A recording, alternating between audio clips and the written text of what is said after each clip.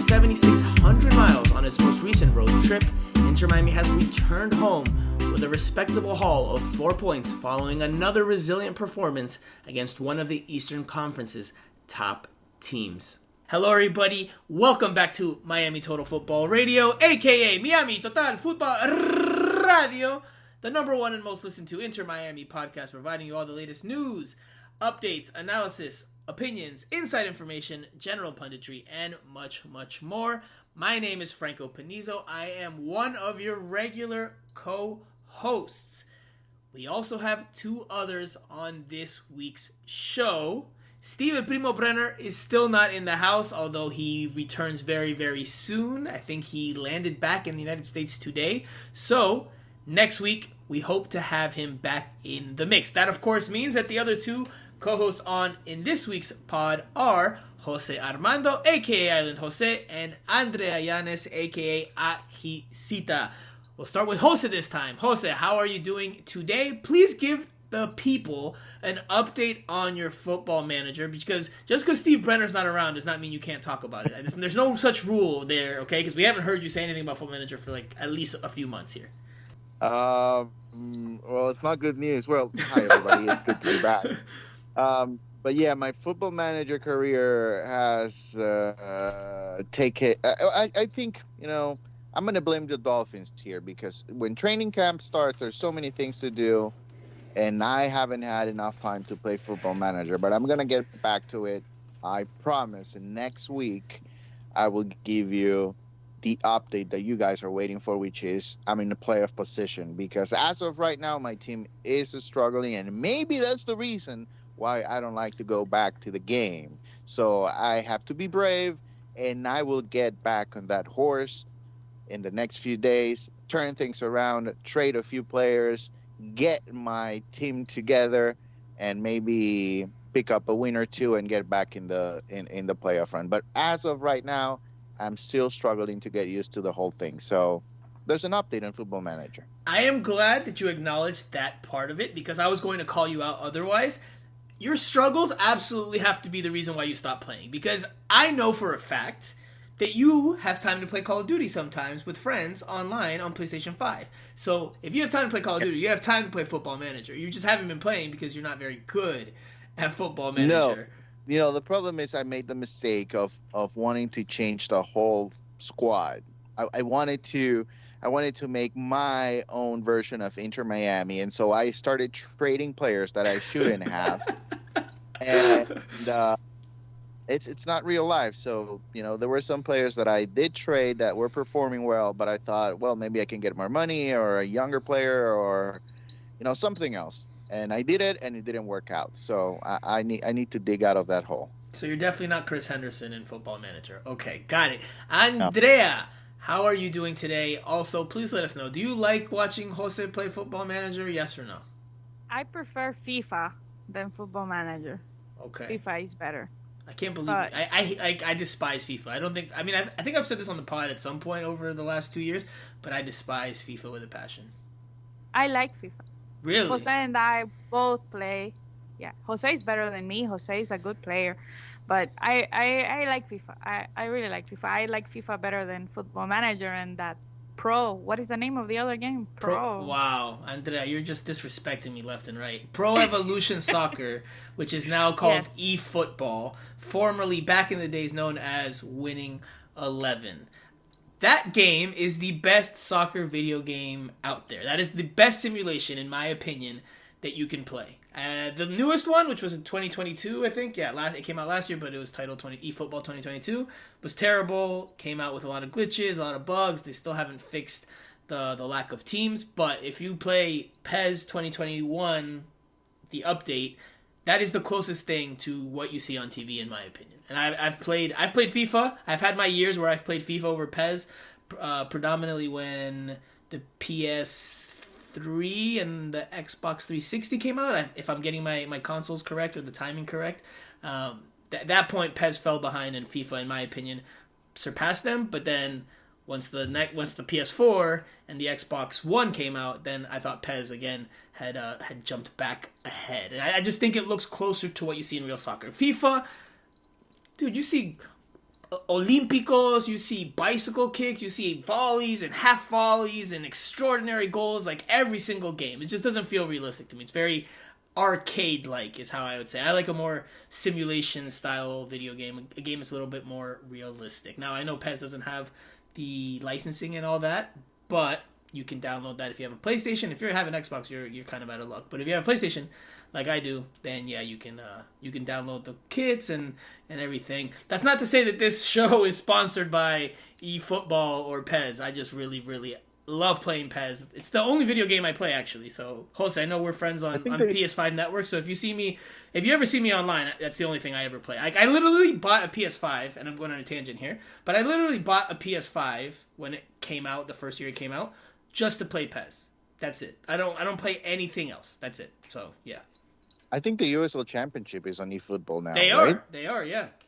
Yeah, and since FIFA, EA Sports is losing the FIFA partnership, so I guess we can see Maybe a this is the time to resurgence. switch. You guys should check it out. I think eFootball, well, the new one I think came out free for everybody. But like I said, it's not good. I don't play that one. I play the 2021 edition that was for the PS4. I like the one, so I'm going to play the free one. No, play it's free. I think the other one's like $10. If it's $10, I'll pay you so you can play it. I think you will really like it. I think you will really like it, Jose. But I don't know. Okay, I'll send you myself right now. Maybe you like the half volleys from the top of the 18 every game and the curled perfection shots at the top right corner. I don't know. Maybe you like rage quitting every other game. I don't know. But anyway, we're not here to talk about football video games. We're here to talk about actual football, actual soccer that was played over the weekend, and that was Inter Miami versus CF Montreal, and Inter Miami pulled out a respectable 2-2 draw. So we will dive into that game. We will preview this weekend's game against New York City FC. We will also talk about Romeo Beckham and how the team is handling his situation or his status as an Inter Miami 2 player this year. And of course, we'll jump into the Q&A session and our final thoughts at the very end, as well as touch on a few other topics that we have, including DeAndre Yedlin playing in the MLS All-Star Game midweek. So, we have plenty to get to. We've talked quite a bit already. Jose, Andrea, let's get to it. Okay, guys, so as I mentioned, Inter Miami went up to Stade Saputo in Montreal, Canada, and grabbed a 2-2 draw, capping this recent 2-game road swing that was quite taxing. We'll dive into that. This was the starting lineup for Inter Miami. Drake Callender in goal. DeAndre Yedlin, Christopher McVeigh, Ame Mabika, Ryan Saylor, and Robert Taylor made up that back five that shifted out of the back five, but we'll say it's a back five. Your midfield consisted of Jean Mota, Gregory, and Bryce Duke. And then up top, you had Gonzalo Higuain and Alejandro Pozuelo. Pozuelo obviously playing a bit deeper behind Higuain to play make. Now, Inter Miami gives up another early goal, and it was, I'm going to beat you to the punch, Andrea, to the Honduran attacker, Romel Kyoto, in the 5th minute. A header from the Honduran. Superstar. Golazo, please. Actually, you got a message from somebody, side note here, that said, I am not looking forward to all the Honduran love that will be on this pod this week. So I did get a note on that. Now, anyway, Inter Miami responds immediately. Gonzalo Higuain with a goal in the 6th minute off of a great feed from Alejandro Pozuelo. Some good work from Bryce Duke in the build-up as well. We'll touch on that again a little bit later on. Inter Miami falls behind. Secondary assist is for Bryce Duke. We do not talk about secondary assists on this podcast, Andrea. We are on secondary assist strike. Understand that I am being sarcastic and I hate secondary assists. We all dislike it. Even Steve Brenner, who normally disagrees with us, even he does not like secondary assists. We're all on secondary assist strike. But anyway, Romel Kyoto scores again from the penalty spot in the 21st minute after Christopher McVeigh is whistled for a handball. I think rightfully so. But Inter Miami stays in it. They stay in it. They fight. They scrap. They claw. And in the 79th minute, Emerson Rodriguez with another late goal to help Inter Miami get a share of the spoils. They split the points. 1 for Montreal, 1 for Miami. 2-2 draw. Jose, Your biggest takeaway, your biggest analysis point from this game. Well, listen, I think, I give a lot of credit to Inter Miami, but I thought Montreal, they were just way, way too passive in the game. I mean, they had control of the game, and they were just too comfortable within the game. And they should have pushed. And if they were to play at a higher level, with a lot more intensity, then I think Inter Miami would have been in trouble. But, I guess you have to give credit to Inter Miami. They kept on fighting. I think Phil brought players in the second half they did energize the team. I think Gary Lassiter, Emerson, those are players that might be inconsistent, but in terms of the opportunities that they miss in front of goal, but not inconsistent if we're thinking about the effort. They always like to run a lot. They chase every single ball. And when you have players like that on the field, then you always have a chance if you don't concede more goals. And that's exactly what happened. Montreal, they should have scored at least a third goal. I mean, they should have pushed a little bit harder. They didn't, and Inter Miami made them pay for it. So I do give credit to Inter Miami, but I do realize as well that, Montreal play a big factor in Inter Miami not being down 2 goals, and then that would be trouble for them. Andrea, I have some bones to pick with that, Jose, but Andrea, your thoughts on the game? Well, I agree in part with Jose that Montreal could have won the game by a big margin if they wanted to. I also think Phil Neville read the game well, because when he saw that Romel Kyoto went down, he was having problems with the injury or whatever, he was tired or whatever. Phil Neville brought in Ariel and Emerson. They got in, I think, at the 69th minute or something like that, and Kyoto went out when they come in. So Phil read it correctly. I think when Kyoto came out of the game, it changed the game, and Miami became more attacking with that change, and they obviously took advantage of that and scored. So I think that Romel Kyoto the Romel Kyoto substitution changed the game for Miami, and Phil read it correctly. When he saw that Romel Kyoto was down, instead of bringing more defensive players, he brought in Ariel Lassiter and he brought Emerson Rodriguez when Romel Kyoto came out. So those changes brought him the point that they earned with that Emerson goal.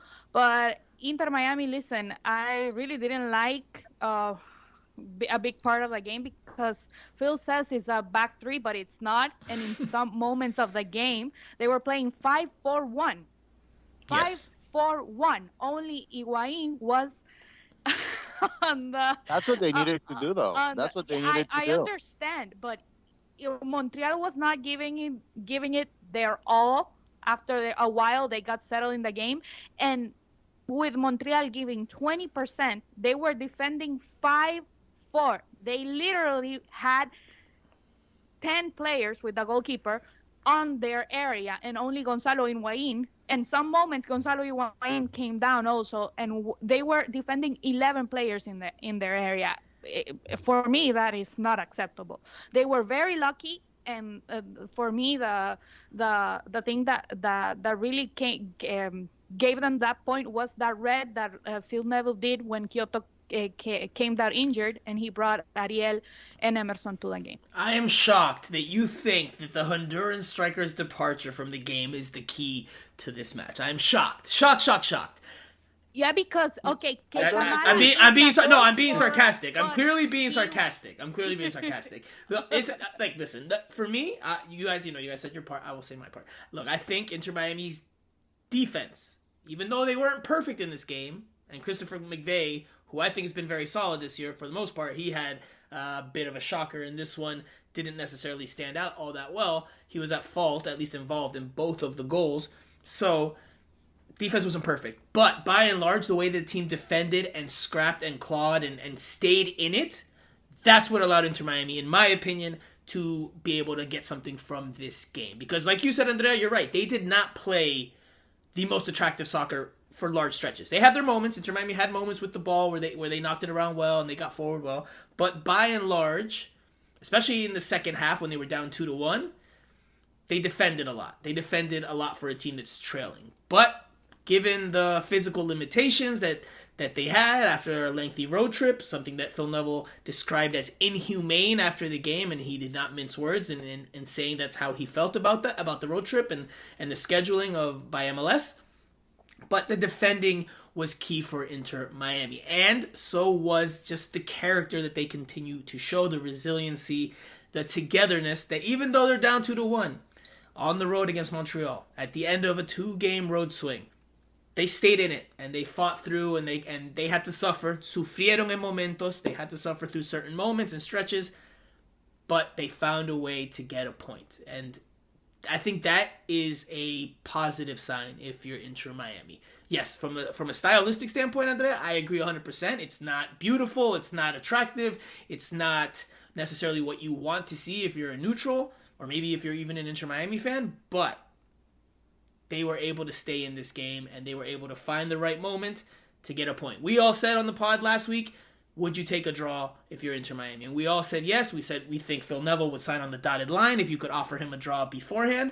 So they did what they needed to do. And it wasn't pretty, but it was effective enough. So, testament to the defense, testament to the character and the grit and just the physical nature, because it wasn't down to soccer. It wasn't down to football that they came back into this game. They got back into this game just out of sheer grit and just their desire. They took advantage when Kyoto came off, because Kyoto wasn't Montreal didn't have any quick players to be dangerous. But Kyoto after the 21st minute, whole game. Kyoto after the 21st minute, after he scored his 2 goals, and they were, he scored goals, and he had I wouldn't say he had a bad game. He had a good game. But after that first half, around the 30-minute mark, after that, I thought he became pretty much, I won't say a non-factor, but his impact was largely muted. I mean, there was that one header he had in the box that I thought, that's his hat trick, and he scuffed it or mistimed it, and the ball went backwards. It was a good opportunity for Montreal to add to their lead. They didn't. So look, and listen, you have to give credit to the defense. You have to give credit to the defense. And Emerson, the moment he saw Romel Kyoto get down, and I went and looked at the match, at the substitutions, they came in at the same time Kyoto came out. So if Phil didn't do that, Inter Miami wouldn't have a point. So I think if the defense gives up another goal, they probably don't get another point. And listen, the defense, I mentioned before, in that moment of the game, Phil could have brought Victor Ulloa later after they scored the goal, but because he moved out of the back five. He moved out of the back five earlier. So the thing is, Phil in these past games has become a little bit more better at reading what his team needs in terms of changes, and in this game it was an example because but I don't agree with that. Ariel and Emerson instead of who? Of what? They have to go for it there. They have to go for it. They're down 2-1 at some point. They didn't. But they did. They were playing against a better team. Andrea, they were losing 2-1. Andrea, they were losing 2-1. Andrea, they were losing 2-1. And at that point in the game, you have to take risks now, because guess what? If you don't, you're going to lose 2-1. So he at that point, yes, he read the game correctly, because that's what the game called for. The game called for them to go to be more a little attack-minded. Again, for me, the defense is the key ingredient here, despite the fact that they weren't perfect. Ryan Saylor and Ame Mabika were in that back five. No Damian Lowe. He was on the bench to start this one. They were horrible.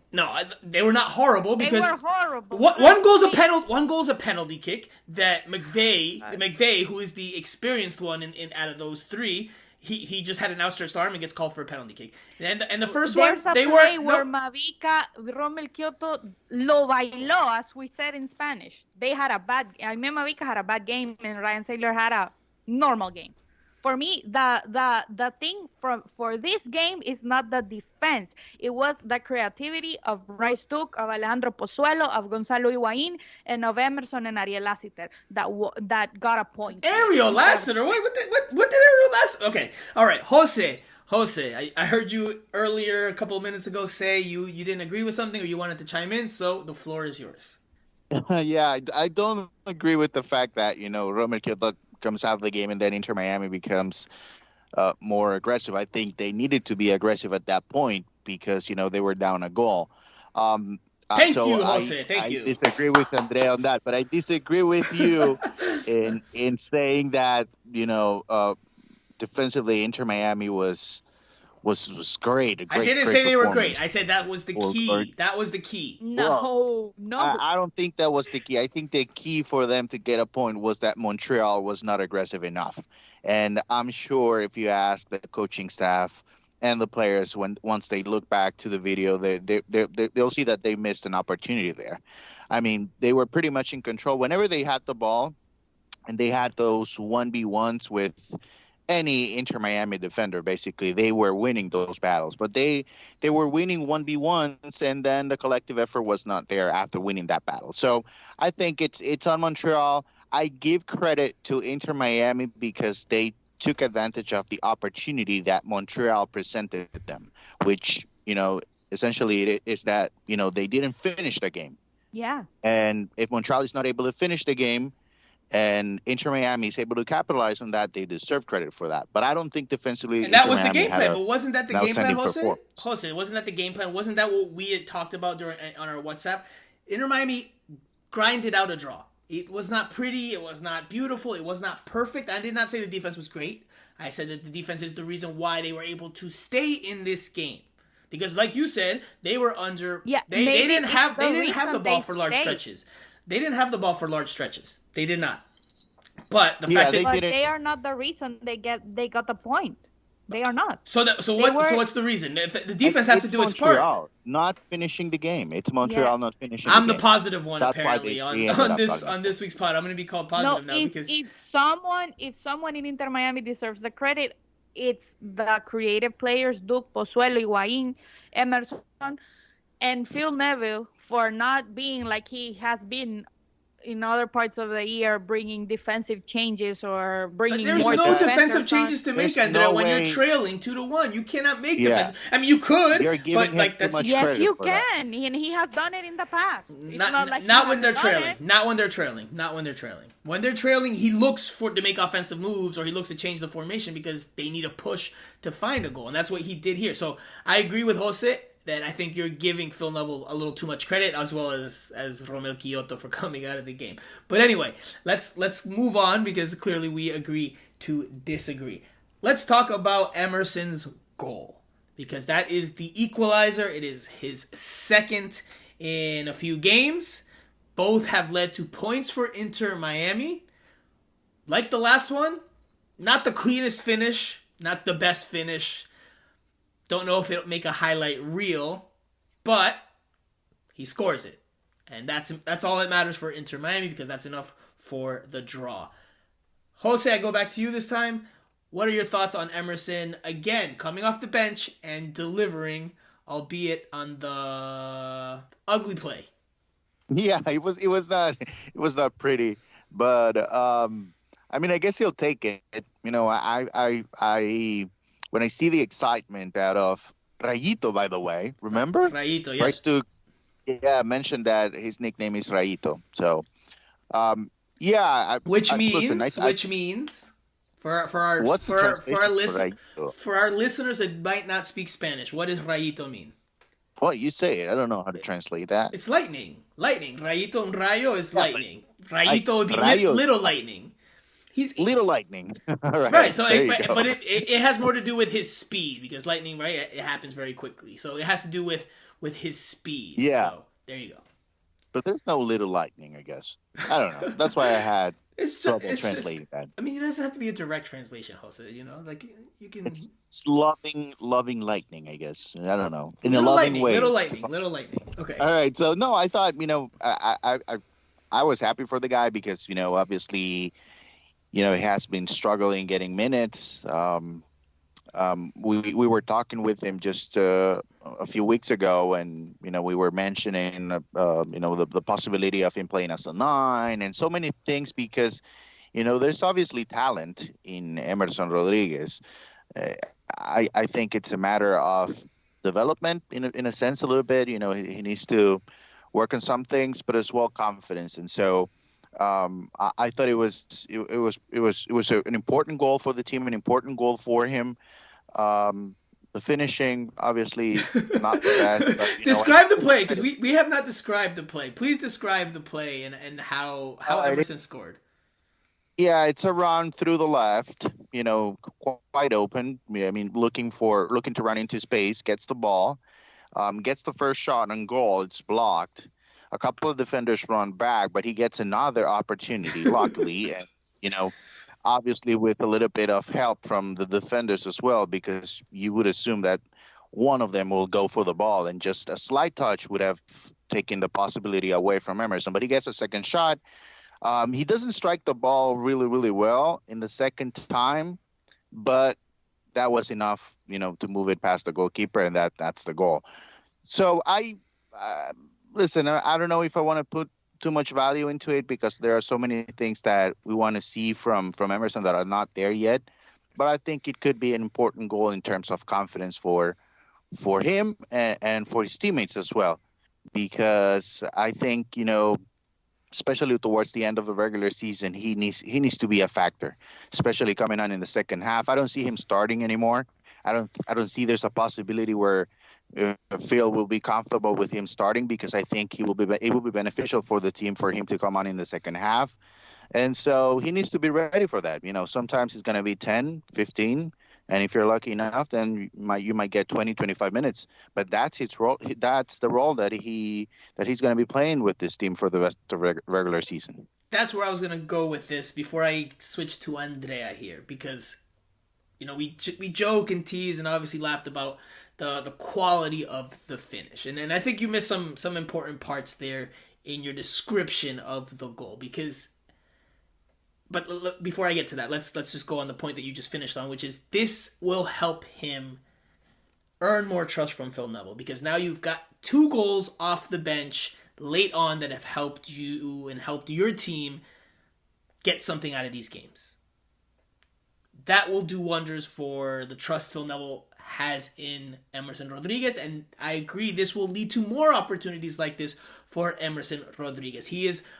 I think he has probably cemented the super sub attacking role, or one of the super sub attacking roles. Now there's 5 substitutions, so football, soccer has changed a little bit, but I think he's penciled in one of those spots now, with this being the second time that he comes off the bench and scores, even if it's not the cleanest, even if it's not the prettiest, because one time that can be coincidence, or that can just be a one-off. 2 times in a matter of a few weeks, okay, you're finding a way to make an impact again, even if it's not the most aesthetically pleasing. So what I wanted to say about the actual play is that it's a play that's meant for his skill set and his type of the type of player he is, because he receives the ball down the left flank, down the left channel, and he's one-on-one with his defender with loads of space, because Inter Miami hit back quickly on the counter. That's the play that is that's his bread and butter. That's Emerson Rodriguez's bread and butter, because he's got enough dribbling skills where he can get by the defender, and he has enough space where he can use his speed and his agility and his explosiveness, and that's what he does. He cuts inside on his preferred right foot. He takes the shot. I forget if it's deflected or saved. No, it's saved. But it's parried poorly. Instead of parrying it out to the side where there was nobody, it's parried back across the middle, like towards the penalty mark, 12-yard spot. And Emerson tries a second attempt, which I don't think you mentioned, and he kind of slips and whiffs on it, but the ball stays there, and then he's able to get up before anybody else can get to it, and he's able to stab it home with his big toe, and gets by and rolls into the back of the net pretty slowly, but again, it helps Inter Miami get a point. So kudos to Emerson Rodriguez for capping or capitalizing on his opportunity. This will do him a world of good to help continue to add to that confidence, and obviously it'll again help Phil Neville probably trust him a bit more for this stretch run of, I don't know, about 2 months that are left in the season. Andrea, your thoughts on Emerson Rodriguez's goal? Well, I think this is good for Emerson. As you have said, it was, like we said in Spanish, and we say in Honduras, a chiripa goal. It was not pretty, but it was, at the moment, he was chiripa, there. Does chiripa, sorry, Andrea, does chiripa in Honduran mean the same it means in Peru? Because chiripa for me means it was lucky. Yeah, lucky. I don't know if it's lucky. I think it's just... It's lucky because the goalkeeper the goalkeeper hands him the ball. It was a mistake. There's definitely saved by the goalkeeper. Every goal, and all of soccer in any league, on any team, in any game, be it professional, be it at your U10 pickup game or U10 league game on Saturdays, every goal has certain mérito del jugador, like that there's the player that scores has merit, and there's also error de alguien, right? There's a mistake that somebody made for that breakdown. Usually it's usually not just 100% all on the goal scorer for scoring, and it's usually not just 100% all on the person that had the breakdown defensively. Usually there's exceptions, of course. I think there's definitely an error there from the goalkeeper. I fully acknowledge that. Like I said, he should have parried it out wide instead of to the middle, because that gives Emerson Rodriguez a second chance. But Emerson still has to get there. Emerson still has to fight and scrap. I think Emerson, he deserves more merit than you guys are giving him, or that you're giving him. No, the merit is that he did it, because even though he failed the first time, he still kept looking for it. So that is an advancement, because 2 games ago when he had opportunities against, I don't remember the team. San Jose.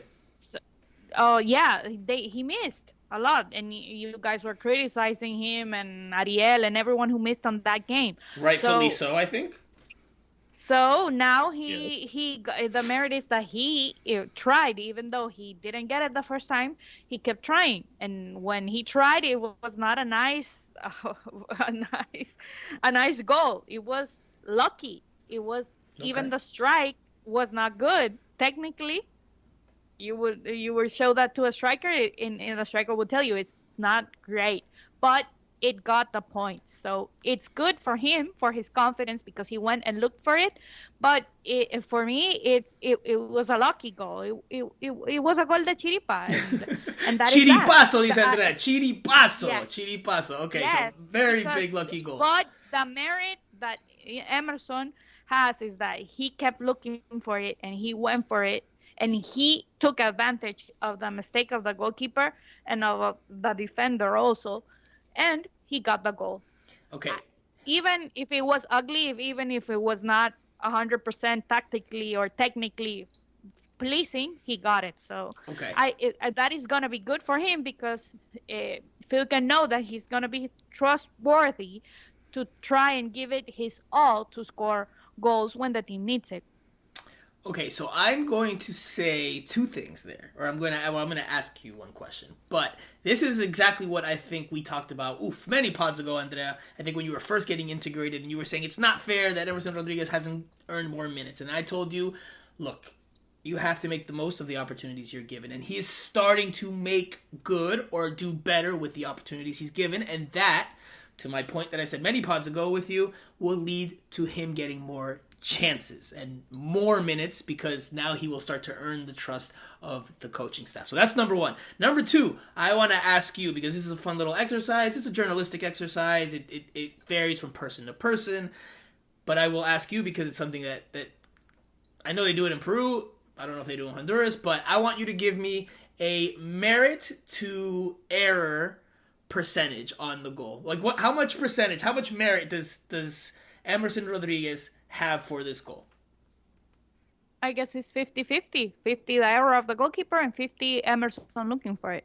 Okay. That's not... Hey, I don't completely disagree with that. I thought you would go a lot lower for Emerson, given that you're saying it's chiripazo. But, okay. Jose, do you want to... Yeah, I keep that. It's a chiripazo, but it's 50-50, because, listen, if Emerson missed the strike, we wouldn't be talking. We will be talking, Emerson had another chance and he couldn't get it in. So he took it. He took advantage of that. Jose, I want you to do the exercise. Jose, do the exercise, please. Let's just be honest about this. It was a mess of a play. It was an ugly absolute play, absolutely. Mess. It was a mess on both sides of the ball. I mean, Emerson couldn't finish. It took him 2 chances to do it right in front of goal. The goalkeeper stands in front of him, gives him the ball right back. A couple of defenders run back. None of them go for the ball. I mean, and to cap it off, the way the ball comes in, it's like basically in slow. It's a slow roller. It's a slow roller. Mm-hmm. It's a mess. It's an absolute a sloppy mess. Sloppy. That's you would say sloppy for the attack and sloppy for the defense. If you're going to sell MLS any place in the world. That's not the goal. You don't show that goal. So Yeah, you're saying that goal was not shown on the MLS All-Star Game highlight package, like in lead up, the promos and that? Okay, all right. So that doesn't make the cut. Okay, I still want to hear your merit to error breakdown on the goal.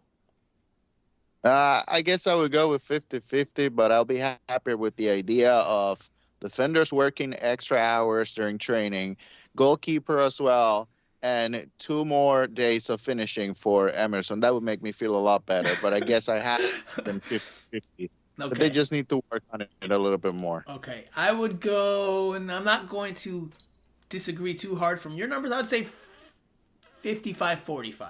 Emerson deserves some merit because he does take the initial shot. Yes, it's on target, but it's not the most well placed. Yes, the parry, the save is technically speaking done incorrectly, but Emerson stuck with it, and he could have fallen asleep. He could have been like, Let me ask you something, Franco. If Galese did that with Peru, what would you say? I mean, if I was covering Montreal, we cover Inter Miami. If I covered Montreal, I would absolutely say the goalkeeper needs to do better. As I've said here, the goalkeeper has to do better there. But I do think Emerson deserves his merit as well. And I'm saying 55-45. That's like barely different than you guys. I don't know if I'd call it chiripazo. Like, I don't know if I would say... Are you getting a soft spot for Emerson after all No. I just don't know I don't know if I can go as far as saying chiripazo. Like, if it's just a lucky goal. Because there are lucky goals. I don't think that this was just down to pure luck. There's errors there that help him, have the opportunity to score. But I don't know if it's lucky. Listen, if the goalkeeper had cleared the ball to the side... Of course, absolutely. I say there's definitely some responsibility on the goalkeeper for the goal happening, 100%. And if I was covering CF Montreal and this was Montreal Total Futbol, then I would absolutely be saying, look, that you made that's a mistake. That has to be cleaned up. That can't happen there, because that gives Emerson the second chance. But 55-45. We're not too far off in the numbers. Okay, let's move on to a couple more players in the attack, or 3 more players in the attack, but I want to talk about 2 specifically. Higuain and Pozuelo. They combined for another goal, again, in the 6-minute immediate response to going down early, which is, again, a trend that Inter Miami has to correct. They cannot keep falling behind early. Yes, they have shown an ability to be resilient and to come from behind and to be able to get results late, but you can't keep falling behind. That's obviously something that has to be addressed, because at some point you might not be able to come back, and then that's going to cost you. So anyway, Higuain and Pozuelo, they combine.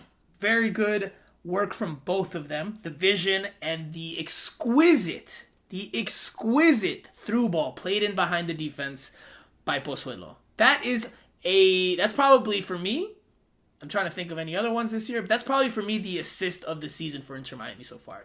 He weighted it perfectly, and the way he curled that thing around the back line to a streaking Higuain. Obviously, Higuain still had to do his part and fake the shot to get around the goalkeeper, and then delicate lob into the back of the net.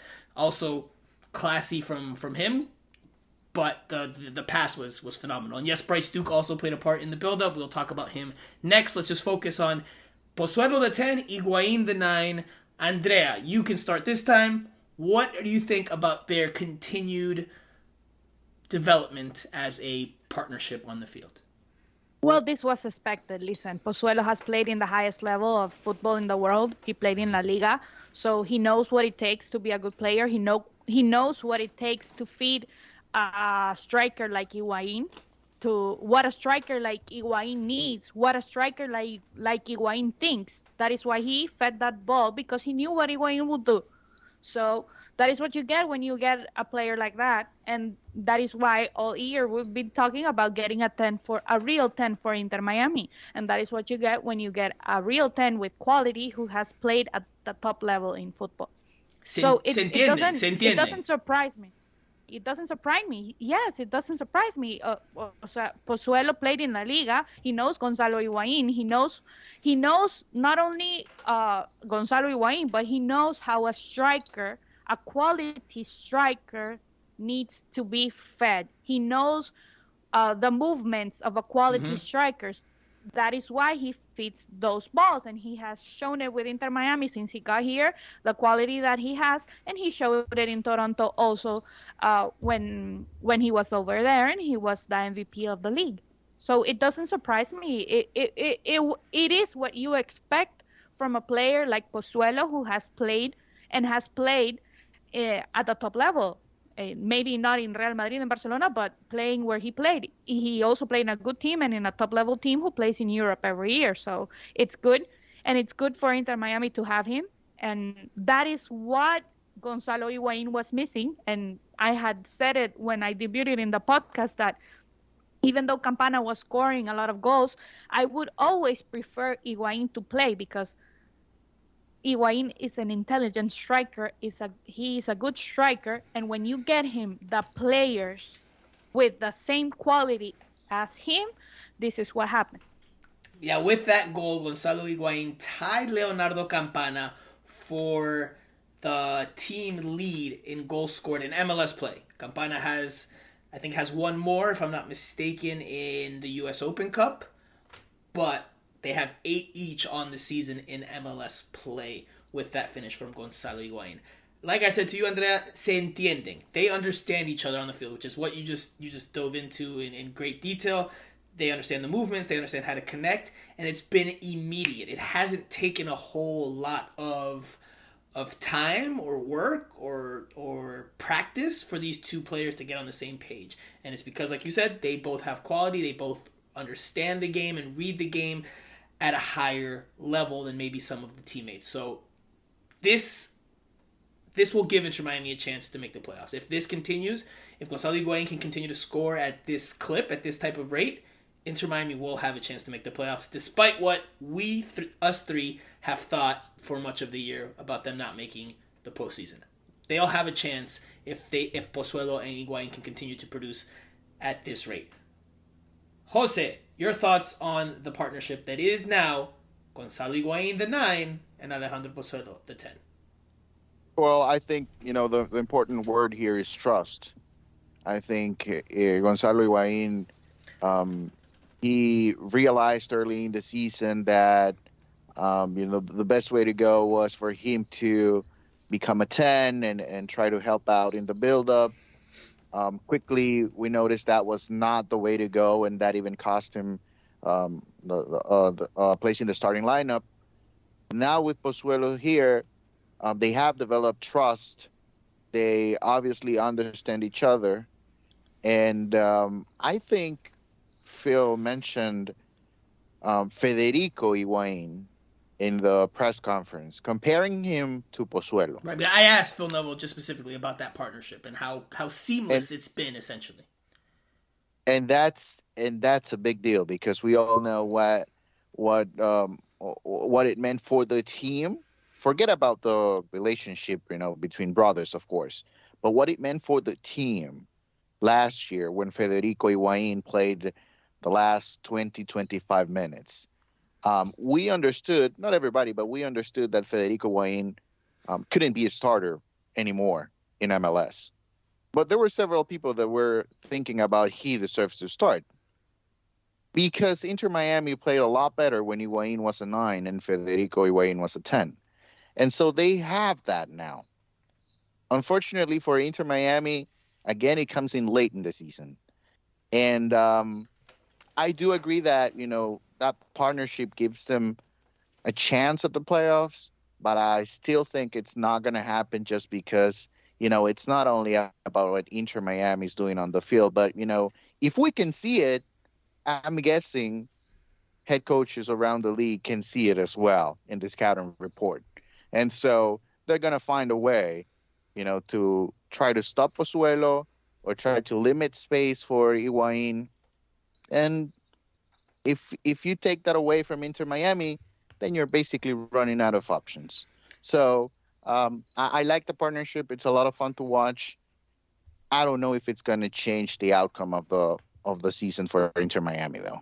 Okay. Yeah, I agree with Jose with that. I don't know if it's going to take them to the playoffs, especially because the game doesn't just depend on them. And if they Right. go I and think play, there's something you guys are forgetting. Something that's crucial in this topic or in this conversation.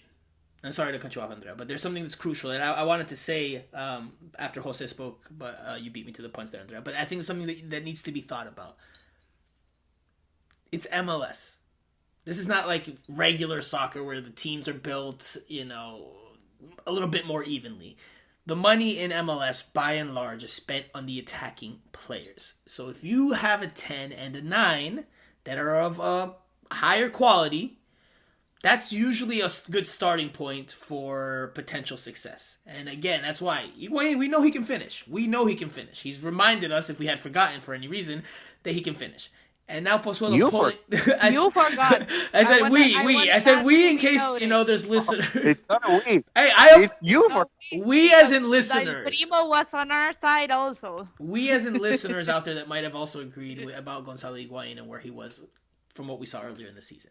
With Pozuelo pulling the strings behind him, you now have a DP level 9 and you have a DP level 10. And if they can get on the same page, I think that gives you a chance. I'm not saying Inter Miami's making the playoffs. I'd really have to look at the rest of the schedule and sacar las calculadoras, as we said on a pod last year. You'd have to bring out the calculators and start, calculating, doing the math and figuring it all out. I won't say that they're going to make the playoffs, but if they can compete, if these two can produce at this rate, they have a better chance, and I would say even a decent to good chance of making the playoffs if they can continue like they have been so far. Listen to me. Like the game that with Cincinnati when Gonzalo came out very angry because he scored 3 goals and even then they couldn't win. If you play 5-4-1 like they played against Montreal in moments in the game, it doesn't matter that you have Pozuelo, it doesn't matter that you have Higuain, you're not making it to the playoffs because you are too defensive. So Inter Miami has a complicated calendar. It's in their hands to win the most amount of games that they can. And even though that is in their hands, the qualification to the playoffs is not only in their hands because since the Eastern Conference is so bad, every team can make it still, even the team that is in 13th place. So you will have to wait and see. But playing defensively like a 5-4-1 with only Gonzalo in the rivals area is not going to get you there. Even though Gonzalo scores 3 goals in a game, you're going to get scored because you cannot play like that. I think you're missing context of this game. Because this game, they're on the road. It's the second of the 2 road games. They were definitely running on fumes. As you could see, players were definitely tired. And that's one of the reasons why Gonzalo Higuain and Pozuelo both came out of this game despite them having quality. They were both subbed out of the game at the same time. And that's just because they were gassed. They couldn't go anymore. And that's, Jose, before you add that in there, I just want to say this because I think it's a very underlooked or I don't know, it's just something that's not I don't think it's talked about enough about Pozuelo and what he's brought to the team. Because yes, he's brought vision, he's brought creativity, he's brought through balls and assists, and as well as him being a threat himself to score. But his work rate defensively and how he actually he's not your traditional number 10 or your old school number 10 that doesn't put in much work defensively. He puts in and he runs around and he helps on the defensive side a respectable bit. And I think that's definitely good for a team like Inter Miami that likes to defend or that tends to defend quite often. So because if you had a 10 that doesn't defend, then we're going back to last year to an extent with Gonzalo Higuain and Rodolfo Pizarro, where Pizarro, he tried to put in some work, but not the best defensively. Although they clearly couldn't, Higuain and Pizarro clearly couldn't connect and establish that partnership on the field. They just didn't understand one another too. I don't know, they weren't similar, but they just weren't players that complemented one another. Pozuelo and Higuain, up to this point, clearly happened. Jose, go for it. No, I was just trying to say that, I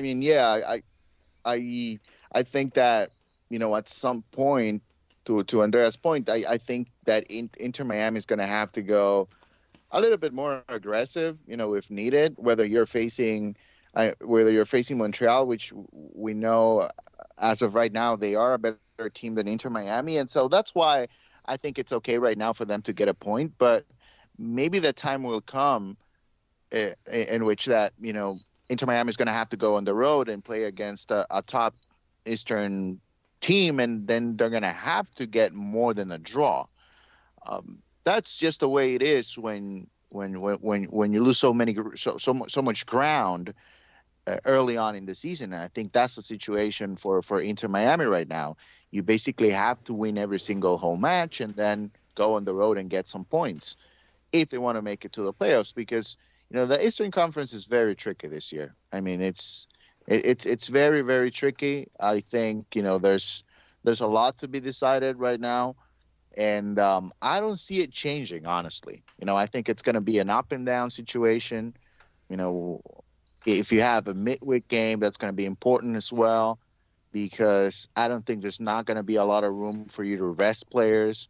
And so there are so many factors, but I do agree with Andrea that, at some point they have to move away from that 5-4-1 that we saw in Montreal over the weekend. And we saw it against San Jose too, at moments in the game. Well, yeah. They ended up winning the game. If they win the game with a 5-4-1, I guess that's fine. But you have to be a little bit more aggressive at some point if you want to make it to the playoffs. I don't think nobody's going to blame Phil. I think they're going to be aggressive at home. They'll be aggressive at home, and then away they'll try to. I'm going to tell you something right now. The last game of the season is against Montreal at home. So that's far. That's far from now. That's far from now. Yeah, but speaking of the standings, with this result and with the results that happened over the weekend, Inter Miami fell to 9th place in the Eastern Conference table. However, they are tied with 10th place New England, 8th place Orlando City, and 7th place Chicago with 30 points. They all have 30 points. Now, the only team that has a game in hand out of those 4 is New England. Cincinnati, which is in 6th, is not that far away. They have 32 points, so they're within reach. Columbus has a game in hand. They're in 5th. They're on 33 points. So Inter Miami is 3 points away, given tiebreakers and all that, but let's just say for numbers' sake, to keep it simple, they were 3 points away from being able to jump possibly as high as 5th. So, but also, if Charlotte, Atlanta, and Toronto win, they are in risk of getting into 12th or 13th place. Absolutely. That is what I meant. So Inter Miami is, their destiny is they still control a lot of their destiny. We'll see how it goes. Quickly, just to wrap up on this game was Bryce Duke. We talked about, we didn't really go into detail, but he plays a pivotal part, a crucial part in the build-up to that equalizer, that first equalizer, because he nutmegs his defender, the guy marking him, the player marking him, and then he finds Pozuelo, who then finds Higuain, and then Higuain finishes. So Duke had an important part to play. This is what I will ask you. We won't go into his overall performance. I mean, you guys can touch on it, of course, but we won't go into it specifically. But has this game, do you think this game and what he showed there, do you think this gets him into the starting lineup, Jose? Because I believe, maybe it was Andrea, but I think it was Jose. At one point you said you wanted to see Pozuelo, Duke, and Higuain all play together. And we did in this one. Yes, Inter Miami was defensive-minded for large stretches, as we noted. But clearly there's more football, there's more attacking ideas when you have these players on the field. Do you think Bryce Duke has earned himself a spot back into the starting lineup? It's a tricky question because, there are two things here. I would like to see that, and I would say yes to the question if it's on me. If I had to make the decision, especially at home, I would absolutely play Bryce Duke, Pozuelo, and Higuain, or Campana. Higuain or Campana. Right now, Higuain. But I think the combination between Pozuelo and Bryce Duke is very dynamic, and it can be very effective. Now, having said that, I don't think Phil is going to do it. I don't think he will do it. Because, yes, you give away some of the backbone defensively in the middle. if you play Duke and Pozuelo, because yes, they do help defensively, but that's not their forte. So I don't see it happening. I don't see it happening. If it does, I'm 100% sure that fans will enjoy it, and I think he should do it at home. On the road, I think it depends on the opponent, because Bryce Duke is still a young player, and so you never know if he's going to have a good performance. It's not a guarantee. More like Alejandro Pozuelo, you expect the best from him every single game.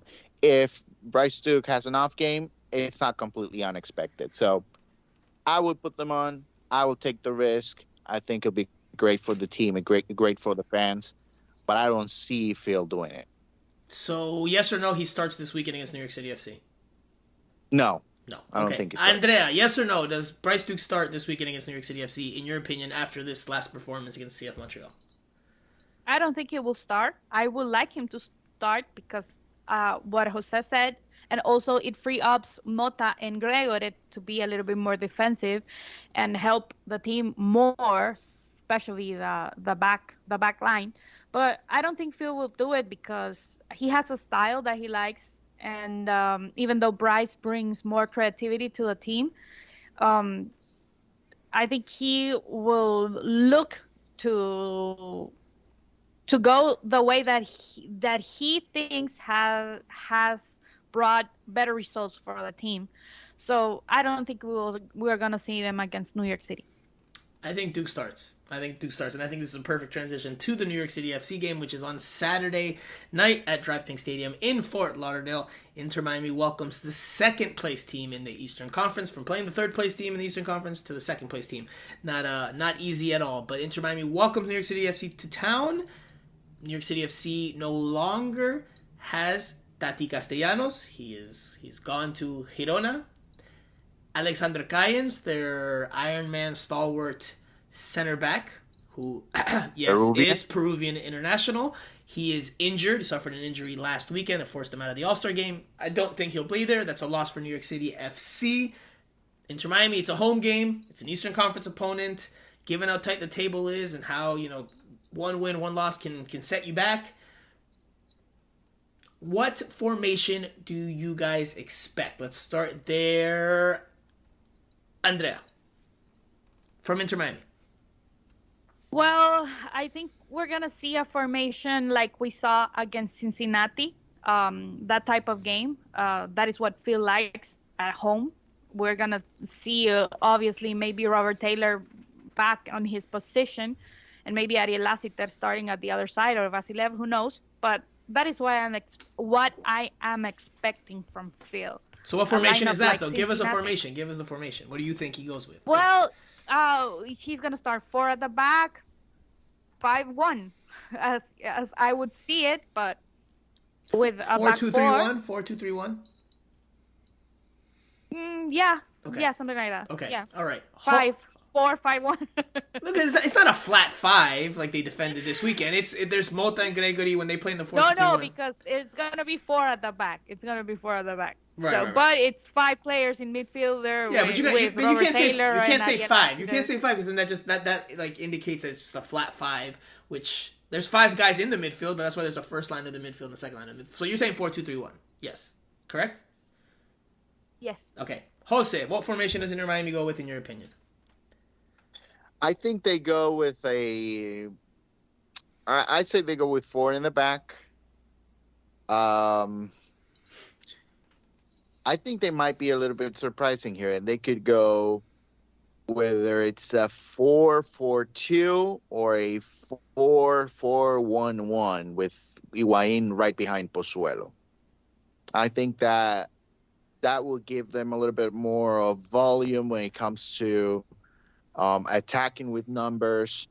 You would allow and you'll give defensive responsibilities as well to Taylor and Vasilev, which I'm guessing he will start, although I wouldn't start Indiana.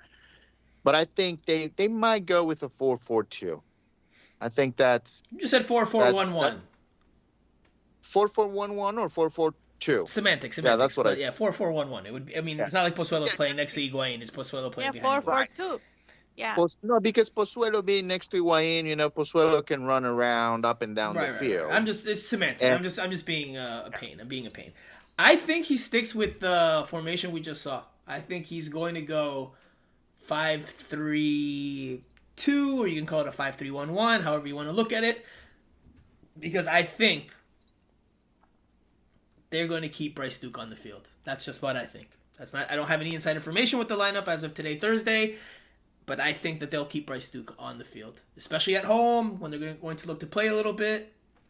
And you have Gregory and Jean Mota there to do a little bit more of the defensive work, but still give you some Futbol, Higuain and Pozuelo. I don't think Phil Neville's fully convinced by Indiana Vassilev. That's just my sensation, not information. I think it would be very risky to do that because. I think he'll push. I think he'll push the. I think he's going to push the wingbacks higher though. I think they'll be in the same formation, but I think the wingbacks Yedlin and Taylor, that's what I'm assuming here in the formation that I'm putting here as a hypothetical or as what I envision. I think that they'll be more advanced up the field so that they still have more of an attacking threat, but also that defensive solidity. I do think Damian Lowe comes back into the lineup. Again, not inside information as of today. Yeah, because there was one play against CF Montreal, which we didn't touch on, where Yedlin was pushing very high up the field as Inter Miami was looking for an equalizer. And I don't remember. I don't think it was Torres. I think it was Georgi Mihailovic.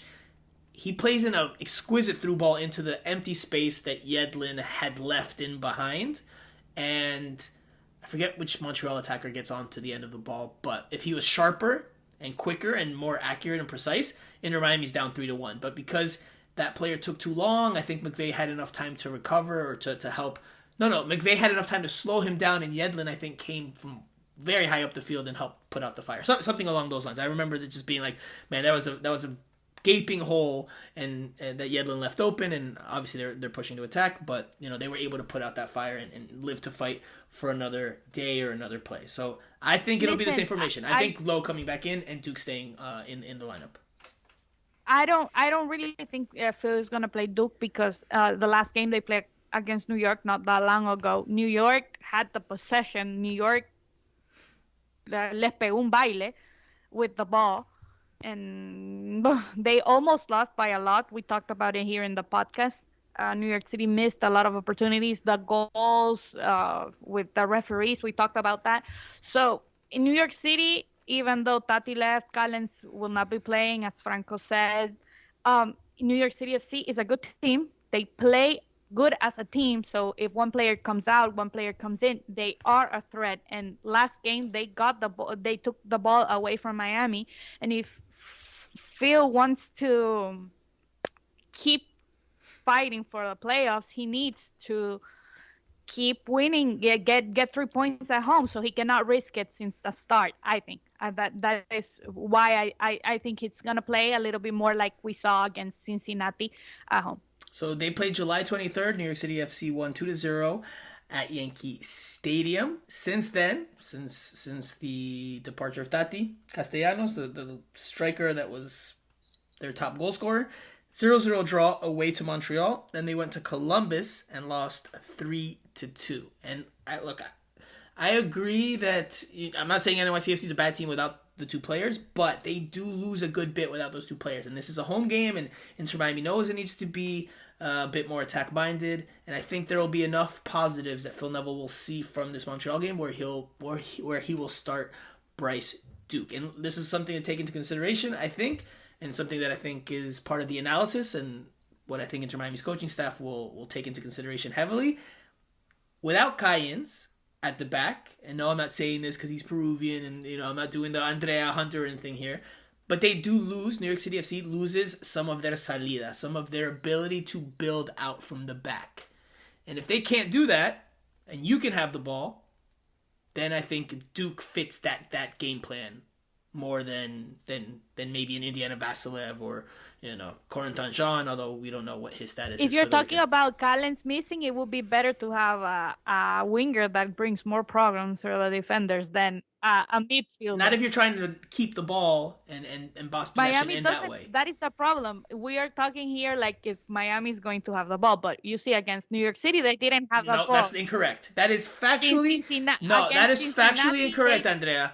Factually incorrect. Inter Miami finished that game that they lost 2-0 to New York City FC with 54% possession. New York City FC had 46% possession. So that is not correct. They did not. They had the ball more actually than NYCFC. Now were they more dangerous with the ball? This and that. Because we they can talk were about touching that. it between the defenders. That's that fine. Is why you That's don't fine. have to listen to statistics, Franco. You have to watch the game. But that's not what you said. That's lie. not what you said. You said because New York Jose, City what did had Andrea the ball just say? in the midfield. Jose, what did Andrea just say? That they didn't have the ball. No, they did have the ball. Now they didn't have it in dangerous. They didn't have it in dangerous places. When your defenders, listen to me. When your defenders play with your goalkeeper, Again, that for me is not having the ball. That's definitely. I mean, Andrea, that's having the ball. They have the ball. Inter Miami no. did. That's having the ball. If you I'm talking about playing. Hey, if you're winning, Inter if Miami you're got no. play. We're getting into like Yes, we're getting into like philosophical and different talking points here. But if you have the ball, let's say you're winning 2-0 and you have the ball, that doesn't mean you don't have the ball because your goalkeeper and your defender are playing with it to protect your lead. That you still have the ball.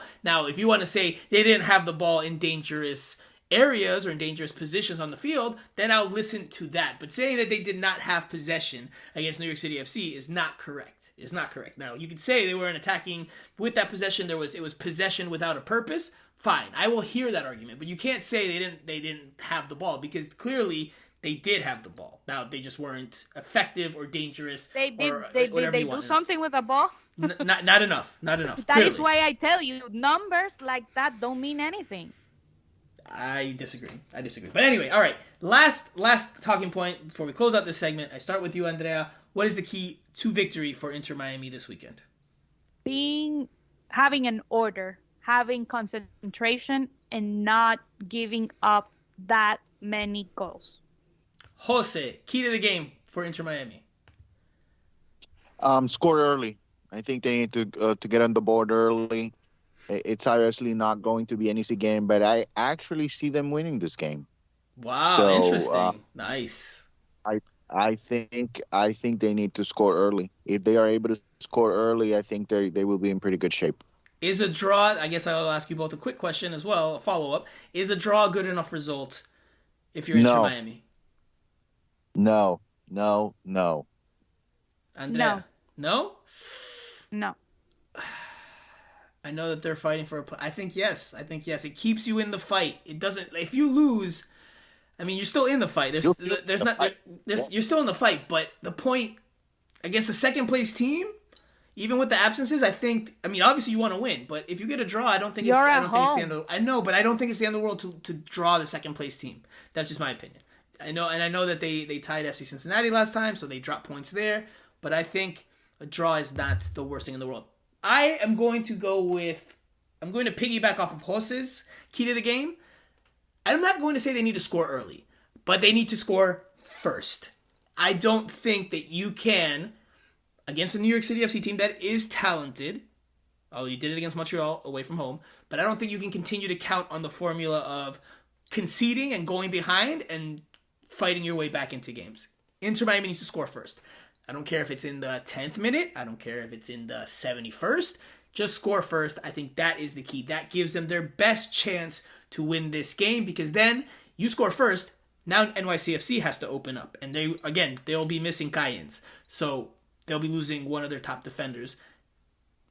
Now you have more space. Now you have more room to attack and exploit and hit on the counter and maybe bring on some wheels like Emerson Rodriguez, Ariel Lassiter, maybe Corentin Jean. Again, we don't know his status yet. We'll find out on Friday when we attend practice.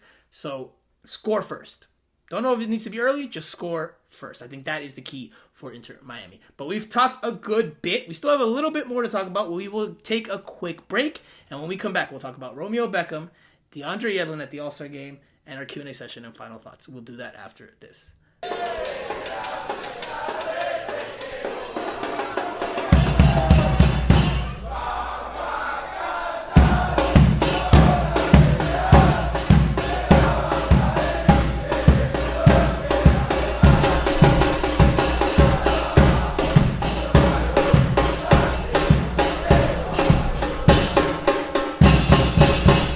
Okay, guys, before we dive into the Q&A session, there's a couple more things that we need to touch on, and I think we will start with Romeo Beckham, because there was an article in The Athletic done by a colleague who goes by the name of Felipe Cárdenas. If you're not familiar with his work, maybe you are, but if you're not, Felipe Cárdenas wrote this article, and it is essentially about Romeo Beckham, and the title is Romeo Beckham lets his play do the talking as Inter Miami try to keep him out of the spotlight. And that headline perfectly sums up the idea that I've been wanting, or a subject, that I've been wanting to talk about with you guys on this pod for a few weeks now.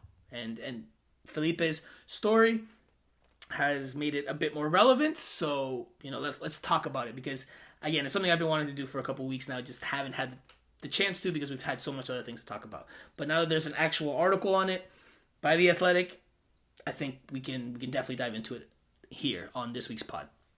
The story essentially breaks down Romeo Beckham's season, and it also touches on the fact that Inter Miami, as I said in the headline, has not made Romeo Beckham available to media.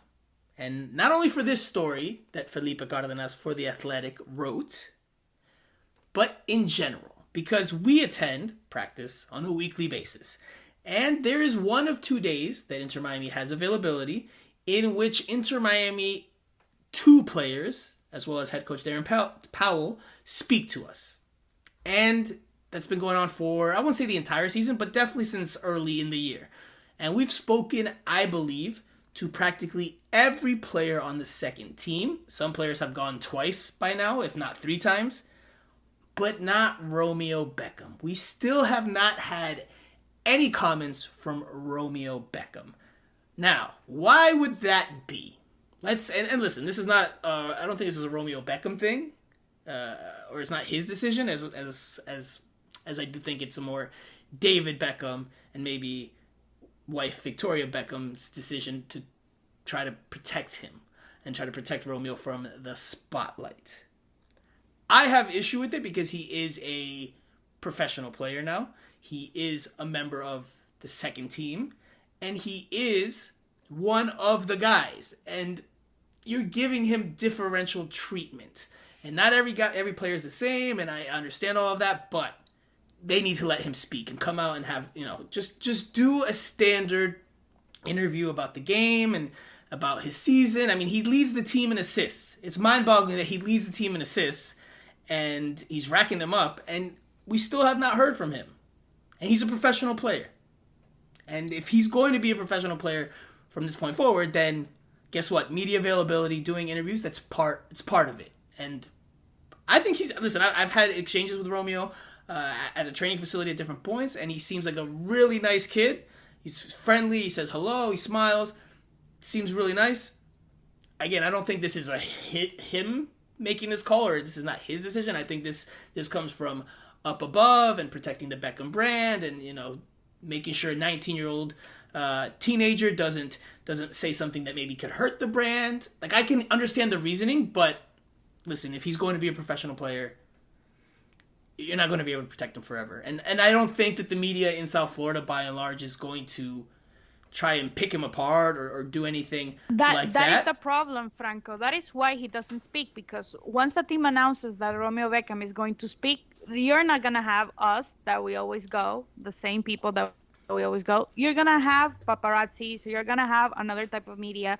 So with this, I can understand why they don't do it, because maybe they don't have, the team doesn't have the capacity to deal with that because of who his father is. You can see it when they announce that Beckham is going to talk. You can see media that you never see there any time of the year. So that is what will happen. But they could also do it post-game, Andrea. They could also do it post-game, Andrea. Listen, there's Inter Miami 2 games on the weekend, and guess what? Darren Powell, home games, not away games, home games. Yes. Darren Powell and a player speak after those games. And any media that attends, which is usually not very many. I attended one earlier this summer, if I'm not mistaken, and I spoke to Darren Powell, and I spoke to Jairo Quinteros, who's a first-team player, but he played for the second team in that game. It was actually against New York City FC's second team. And I spoke to him, questions, answers, done, okay. They could do that. They could do that with Romeo Yeah. Beckham, where he's not That would be pre-selected and not every media out there is going to show up because Romeo Beckham's speaking. It could just be more of a spur of the moment type of thing, and whoever's there is there. I absolutely, but again, I understand, and I think this is a bit out of again Romeo Beckham's control. I think this is more David Beckham being protective and then trying to be very careful and meticulous about the brand. But if he's a professional player, I don't know if you guys agree with me or not. Jose, I want to hear your thoughts. If he's a professional player on the second team and he's one of a lot of... Harvey Neville has spoken. Harvey Neville has spoken multiple times. I don't think it's the most damning thing to the locker room, but I don't think it necessarily helps if, players are sharing their comments and their remarks with the media, and then there's one player who gets preferential treatment and is special. Happens, though. Because Cristiano Ronaldo and Messi don't speak to the media every time. They don't have those responsibilities. Are you saying Romeo Beckham is Leo Messi? No, I am telling you that it happens. It's not something that it doesn't happen because people that are listening to a podcast need to know that you're not going to get... But this is... listen, but we're in the United States. We're also in the United States where the media policy is different. It's different. And he's British. So I understand what they're doing, but I also agree with you that post-game, they should make him available for media that is there covering the game. That will go there to talk about If you get lucky, you get lucky. Football, yeah. And so I agree with you. Hey, if you get lucky, you get lucky. And maybe that would incentivize people to start going out more to Inter Miami 2 games because they're going to be like, oh, maybe today will be Rome. I mean, obviously, if he speaks once, he's probably not speaking again for the rest of this season. But anyway, Jose, your thoughts? Yeah, no, I definitely agree with you that he should be made available to the media, because what if tomorrow every single player in Inter Miami CF2 comes with a note that reads, "My mom and dad told me I cannot talk to the media." Would that be acceptable for nobody else to talk to the media? Wow, I don't think it would. I love that comparison. Right? Wow, that is fire. That is incredible. Nice. Good job, Jose. You're going to get your credentials revoked. It's pretty obvious. True. I mean, it's true. Nobody needs to get away with that. And so, if you want to play professionally, that's part of the game. The media will criticize you at times, but ask any of the top players in the world and what the relationship with the media is, and they will tell you, well, at times it's not very good, but it's very important. It is very important for you to build a brand, to do so many things outside from the game. So I think it's not something that should be happening. Unfortunately, it is. And then the other thing is, we need to go and check what's the media policy for MLS Next Pro. It's a young league. I don't know if that's included. I have to do the homework and check everything. I had heard that allowed. I had heard that MLS wanted that to be a rule where like players need to be made available, but I don't think that it is a rule. So well, then that's if that's allowed, that shouldn't be allowed. That's something that the league needs to look into. That league cannot be doing that because it has a lot of players that are not of age. So I don't think it would be a policy for the league to have. Romeo Beckham scored a free kick goal. No, I am talking about the league. I'm talking separate. Romeo Beckham scored a free kick goal. I think it was, if I'm not mistaken, it was his first goal for Inter Miami 2. Very David Beckham-esque. You couldn't have asked for a better story to sell, and he still did not speak after that. Franco, but you have to see the people here in South Florida. You, Jose, and I, and other people that cover the team are interested in the soccer side, and maybe some of the media that normally covers the team will be interesting just comparing him to his father. But the problem is that you're gonna get media. If you announce it, you're gonna get media. That is why I understand why they do it, because they are gonna go and ask him about the wedding like they did to Phil, about his brother's wedding, his brother's wife, her mother, the tour, and all of that. Because even though media that only covers soccer, we have seen those questions being asked by professionals right now to Phil and to Harvey and to other people that have a relationship with the Beckhams. So they are in a tight spot, but I agree with you that during a game, they should make him available, especially after the goal, after an assist. If he's the best player in the match, he should be available. He should be treated post-match. as I know he's not, but he should be treated. And I listen. I don't buy into the belief that there are no differences in the locker room. Like, certain players get treated a certain type of way. Like, I fully understand that's the reality of not only professional teams, it's just reality of life. But I mean, listen, he should speak at this point. Like, he's one of the players. Yes, he's got a famous last name. Guess what? At some point, he's going to have to speak. At some point, Romeo Beckham's going to have to do an interview. What? He's going to get handpicked to do it with the BBC, or he's going to get handpicked to do it with someone that they're like that they will clear the questions with beforehand. And I'm not going to say that the BBC would do that. I'm just maybe I shouldn't have name dropped any actual outlet there, but I'm just saying, like, we've seen this type of thing before, and I get it. The Beckhams are a very powerful brand, and they're, but this has to be noted too here while we close out this thought, because it is brought up in the Athletics story that they asked for multiple requests to speak to Romeo. We've asked at different times this year if when Romeo will talk, and the answers we've gotten is hopefully at some point, something along those lines. It's never been like, oh, it's going to happen. It's like, so as is noted in the story, of course, this is what I was getting to. So Inter Miami has its communications team, but when it comes to David Beckham, and now as a result, Romeo Beckham,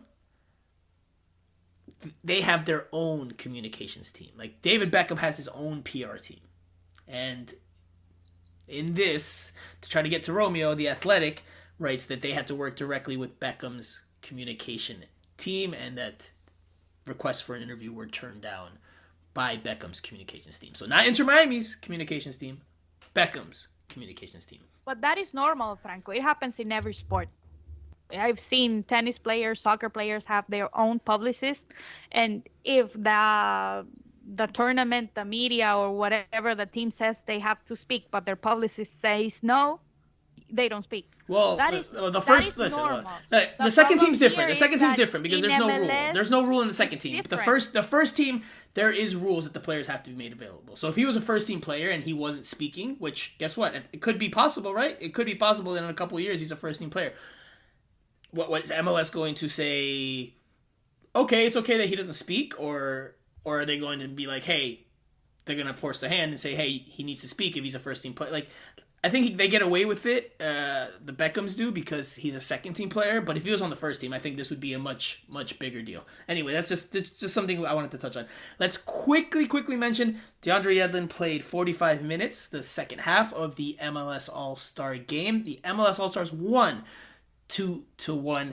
So he'll come back with some confidence, and he'll come back pretty jovial, tired. I would say. Well, tired. I mean, it was 45 minutes. Pretty jovial. He got to hang out with some of the players he hasn't seen in a while. A lot of it, you know what the MLS All-Star Game is. We won't go into too much detail. It's a show. It's for fun, and yes, it's a bit competitive because they play Liga MX, but they didn't even play the best players in Liga MX because Guignac wasn't there, so it doesn't count. It doesn't count. But DeAndre Yedlin did a lot of appearances, a lot of media appearances. It's an All-Star game is essentially a very American thing, and it's a very marketing thing. So that's what this was really about. And Yedlin did a lot of interviews. So I don't think we'll speak to him this week, but I do imagine he'll be back in the lineup, and he'll be upbeat after taking part in his first All-Star game since, I believe, 2014, so almost been a decade. Okay, let's jump into the Q&A session. We'll just tackle one question because we've gone long. It comes from Atlante Herons, and Atlante Herons asks, even though Inter Miami are still under sanctions next season, it looks like they have traded for a significant amount of general allocation money over the last few weeks and months for the 2023 season. Does this mean that the sanctions shouldn't be as big of a hindrance as they were this season? Jose? Well, I think regardless of what the situation is when it comes to sanctions and how many money they got from trades, I think they should be better next year. They should be a lot better next year because I think this first year under Chris Henderson, he already has enough time to put a couple of pieces together, and we see it with Coco coming in. Coco, he's a player that, yeah, he can help you in the rest of the regular season, but they're thinking more 2023 with him, and so you might want to go ahead and buy Campana, which could be a very good option as well after Ewayne moves on.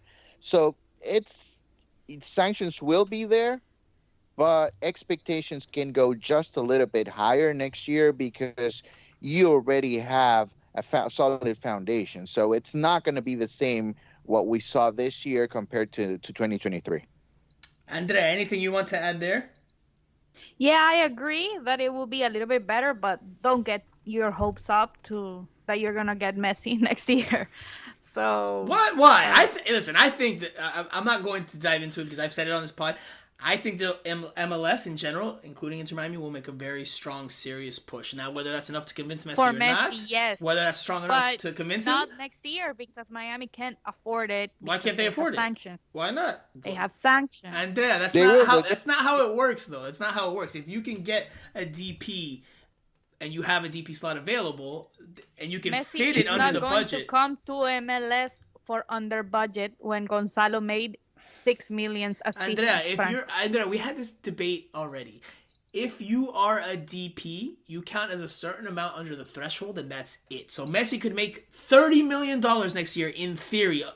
Inter Miami could pay him that much, and that he doesn't get charged. Like Inter Miami doesn't get charged $30 million under the salary cap. He gets charged. I forget the exact amount. I think it's 1 point something million. I think I'm not a salary cap expert, but the $30 million charge doesn't come.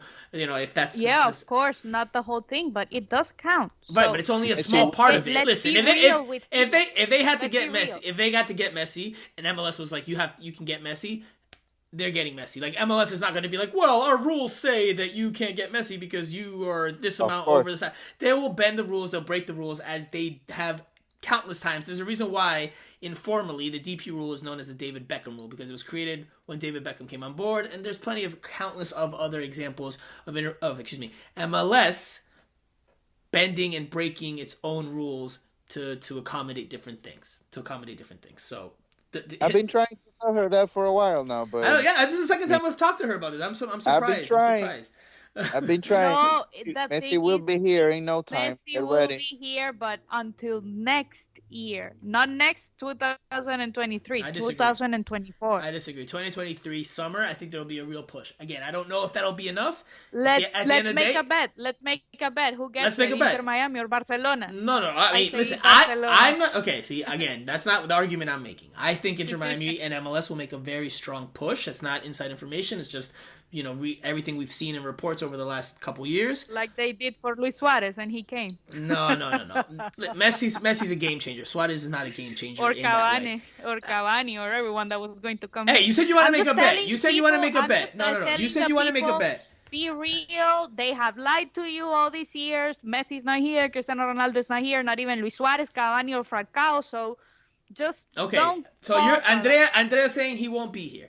I'm not saying he's going to be here. I think they make a very serious push. MLS makes a very serious push because they know exactly what Messi in MLS would do for eyeballs. I've already talked about this multiple times. And in the run-up to the 2026 World Cup, which in part is being held in the U.S., I think they do everything they can to get him. Now, I don't know Messi's motivations. We don't know Messi's motivations. At the end of the day, it's his decision.